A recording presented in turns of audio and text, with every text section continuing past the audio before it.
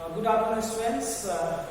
Today we are going to discuss the agricultural sector on the eve of independence. Means what was the condition of situation of agriculture on the eve of independence? Now, in previous classes also we discussed the condition of economy was not good, and agriculture was main source of Indian economy during the time of British and on the eve of British. So, because agriculture was the main source of economy and economic condition was not good, it means agriculture condition was also not good. So, now it is very clear that on the eve of independence or during the British period, condition of agriculture was not good. It was in bad condition. So today we are going to see some features of agricultural sector on the eve of independence. When British gave this country to us, it was in bad condition. आपको पहले भी बता चुके हैं कि जब British हम लोग को दिया तो अच्छा कंडीशन में नहीं दिया. एग्रीकल्चर सेक्टर का कंडीशन उसमें अच्छा नहीं था. तो क्या क्या सिचुएशन था, क्या क्या फीचर्स था एग्रीकल्चर सेक्टर का, उसको हम लोग वन बाय वन अभी डिस्कस करने जा रहे हैं. तो यहाँ देखो कुछ जो यहाँ पे दिया हुआ है, कुछ फीचर्स कैरेक्टरिस्टिक्स को देखते हैं. Low production and productivity. जो पहला जो फीचर था वो था low production and productivity. Productivity and production दोनों बहुत ही कम था. प्रोडक्टिविटी का मतलब क्या होता है? रेट ऑफ प्रोडक्शन, और रेट ऑफ प्रोडक्शन और प्रोडक्शन पर हेक्टेयर. मान लो कि 1 हेक्टेयर लैंड है या 1 एकड़ लैंड है, उसमें कितना प्रोडक्शन होता है, किस रेट से प्रोडक्शन होता है, उसको हम लोग बोलते हैं प्रोडक्टिविटी. जैसे मान लो कि आज भर दिन जो है हम वर्क किए और भर दिन वर्क करने में 500 जो हम कमाए या 500 का हम आउटपुट दिए हैं, तो वो मेरा प्रोडक्टिविटी हुआ. प्रोडक्टिविटी पर डे हुआ. प्रोडक्टिविटी पर डे मेरा कितना हुआ? 500 का आउटपुट हुआ. मान लो 1000 पर डे का हम जो है आउटपुट दे रहे हैं, वैल्यू दे रहे हैं, तो मेरा प्रोडक्टिविटी क्या हुआ? 1000 पर डे. तो production may be per day, per month, per annum, और in case of agriculture the productivity per एकड़, पर हेक्टेयर, इसको लोग प्रोडक्टिविटी बोलते हैं, मींस रेट ऑफ प्रोडक्शन. तो ये बहुत ही कम था. कम क्यों था? उसका बहुत सा सेवरल रीजंस है. जैसे लैक ऑफ टेक्नोलॉजी नहीं था, लैक ऑफ फर्टिलाइजर्स नहीं था, इरिगेशन फैसिलिटीज नहीं था, टोटली जो रेनफॉल पे डिपेंडेंट था. तो ये सब बहुत सारे फैक्टर्स था. और डिस्गाइज अनएम्प्लॉयमेंट, एक ही जो है लैंड पे जो है बहुत सारे आदमी का वर्क करना, तो ये सब प्रोडक्टिविटी को कम कर देता है.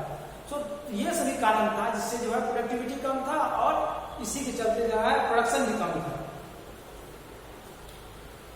Second, high degree of uncertainty because dependent on rainfall.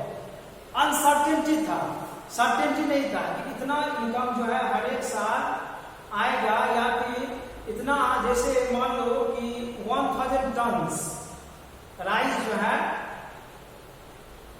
एक ईयर में प्रोड्यूस हुआ इस साल, तो नेक्स्ट ईयर इतना ही प्रोडक्शन होगा. इसका सर्टेनिटी नहीं था, इसका निश्चितता नहीं था. क्यों? क्योंकि रेनफॉल पर डिपेंडेंट था. इरिगेशन के लिए जो है, सिंचाई के लिए जो है रेनफॉल पर डिपेंडेंट था. तो मान लो कि rainfall next year there is shortage of rainfall, there is no rainfall. तो शॉर्टेज हो गया, कि नहीं हुआ रेनफॉल, तो उससे क्या हुआ?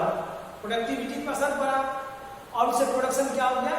कम हो गया. तो कभी ज्यादा होता था, अच्छा रेनफॉल हुआ तो प्रोडक्शन ज्यादा हुआ, कम रेनफॉल हुआ या नहीं हुआ तो प्रोडक्शन जो है नहीं हुआ, या तो कम हुआ या फिर कुछ भी नहीं हुआ, बर्बाद हो गया.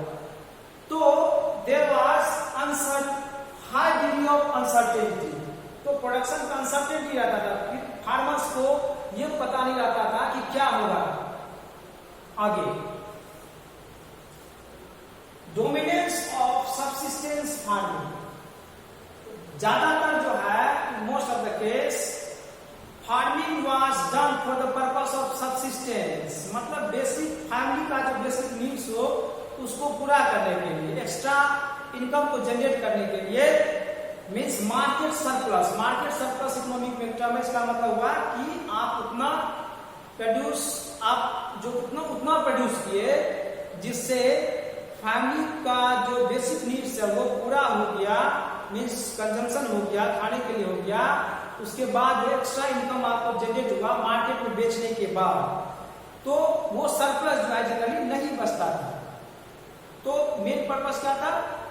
तो सब्सिस्टेंस के लिए, सब्सिस्टेंस फार्मिंग किसको बोलते हैं? Subsistence farming is a type of farming where farming is done, crops is grown for the purpose of subsistence, for the purpose of self consumption. The dominance of subsistence farming nation is gulf between owners and tillers of the soil. आपको मालूम है कि जमींदारी system में क्या था?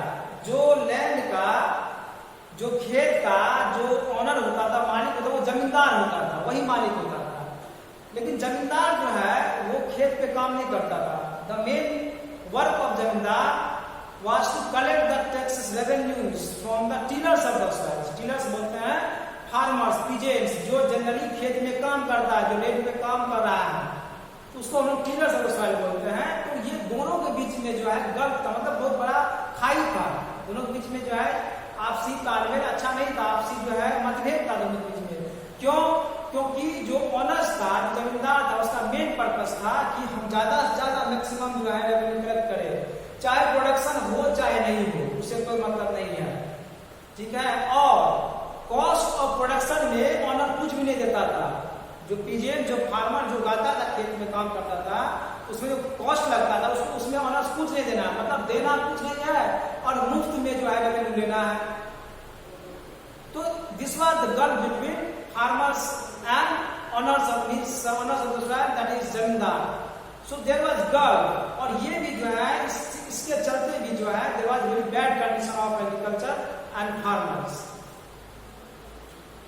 Next one is small and fragmented holdings. Now जो land था, जमीन था, वो फ्रेगमेंटेड था या छोटा था फार्मर्स के पास में। मतलब फ्रेगमेंटेड मतलब ये होता है कि एक यहाँ पे है, एक जो है 10 किलोमीटर दूर में है, फिर 2 किलोमीटर दूर में है, मतलब फ्रेगमेंटेड, स्कैटर्ड, एक जगह पे नहीं होना। तो ये अनइकोनॉमिक था। मान लो अलग अलग जगह पे जो है था, तो उससे क्या होता था, अलग अलग जगह पे जाना पड़ता था, उससे कॉस्ट बढ़ता था, मैनेज नहीं कर पाता सही ढंग से, तो ये अनइकोनॉमिक था। तो ये भी जो है उस समय का स्मॉल लैंड होल्डिंग, मतलब छोटा जमीन का जो है जमीन पे वर्क करना, और छोटा भी है लेकिन वो टुकड़ा टुकड़ा में है, अलग अलग जगह पे है, तो वो अनइकोनॉमिक था, उसको ज्यादा कॉस्ट बढ़ जाता था उससे। So these are some of the reasons, some of the features which was responsible for the bad condition of agriculture sector. Now some more points are there. Let's see.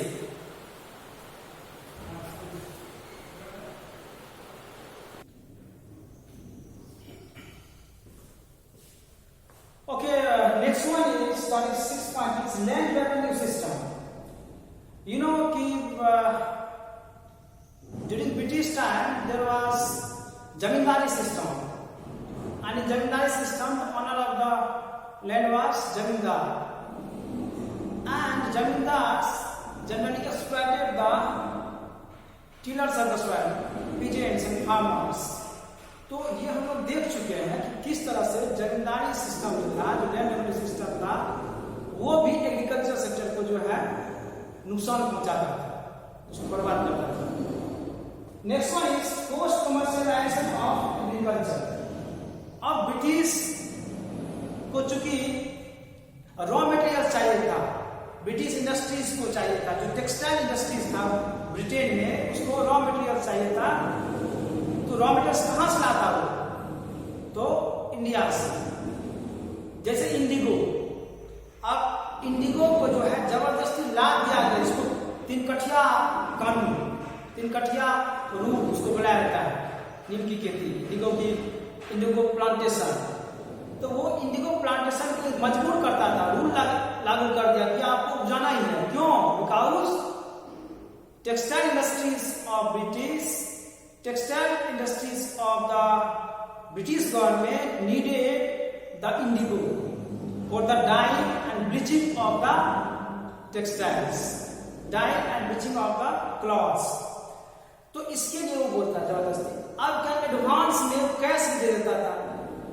पहले जो फार्मर्स उपजाता था subsistence के लिए, खुद खाने के लिए foods, अब वो क्या कर रहा है, अब इंडिगो को उपजा रहा है या दूसरा कैश क्रॉप्स को उपजा रहा है, पैसा उसके पास में आ जा रहा है, लेकिन फूड का शॉर्टेज हो जा रहा था, अब उसको मार्केट से खरीदना पड़ रहा था। पहले उसके पास कर्जा था, तो पहले से उसके पास में कर्ज है, डेट में जो है कर्ज के जाल में फंसा हुआ है, वो पहले का चुका नहीं पाता था वो जमींदार को, और ऊपर से जो है फूड का जो शॉर्टेज हो गया, तो कहाँ से अब खाएगा। तो इसके चलते उसके पास जो है भुखमरी का समस्या हो जाता था कि कैश क्रॉप्स को उगाने से कैश तो आ जाता था, लेकिन उस कैश को उसको देना पड़ता था कर्ज के रूप में जमींदार को, क्योंकि पहले का ही बकाया रहता था। और पहले तो घर में जो कुछ फूड्स था जिससे वो खुद सर्वाइव करता था, खाता था, और वो खाने के लिए नहीं, उसको मार्केट से खरीदना पड़ रहा है, पैसा है नहीं मार्केट से करने के लिए। तो these were some of the biggest problems that Indian agriculture was facing on the eve of independence। तो ब्रिटिश टाइम में, ब्रिटिश पीरियड में ये सब समस्या था एग्रीकल्चर के साथ में। तो हम लोग आज यही देखे कि एग्रीकल्चर सेक्टर का जो कंडीशन था, it was not in good shape on the eve of independence. जब इंडिपेंडेंस हुआ था हमारा कंट्री, उस समय हमारा एग्रीकल्चर सेक्टर का कंडीशन अच्छा नहीं था। और वही नहीं, बहुत सारे फैमिलीज जो अकाल होता है वो ब्रिटिश टाइम में हुआ था, और फॉर्चुनेटली इंडिपेंडेंस के बाद हमारे यहाँ वैसा कोई अकाल से, भुखमरी से कोई मरा नहीं। तो हुआ भी छोटा छोटा अकाल हुआ, लेकिन फिर उसको जो है कंट्रोल कर लिया गया। भुखमरी से ऐसा नहीं नौबत आया कि मिलियंस लाखों आदमी मारा गया, लेकिन ब्रिटिश के टाइम में अक्सर अकाल आता था, फेमिन्स आता था, और उससे लाखों का लाख आदमी जो है उसे भूख से, भुखमरी से मारा जाता था। बंगाल में कितना बार जो है अकाल आता था। बंगाल का जो लैंड होता है बहुत ही उपजाऊ होता है, फर्टाइल लैंड है, लेकिन फिर भी अकाल होता था। तो ये ब्रिटिश का पॉलिसी ही था जो अकाल को जन्म देता था। जैसे 1943 का famine of 1943 was very bad, millions of people died. ठीक है, तो ये सब था रीजन्स। आपको हम दिखाने वाले हैं कि किस तरह से जो है अकाल जो 1943 उससे पहले का जो अकाल है, किस तरह से आदमी जो है मरा, और कैसा जो है उसका बैड इफेक्ट पड़ा आदमी के ऊपर में। यह आपको हम एक शॉर्ट पिक्चर ऑफ कलेक्शंस के द्वारा आपको हम दिखाना चाहते हैं, जो कि आपको हम आगे नेक्स्ट क्लास में दिखाएंगे।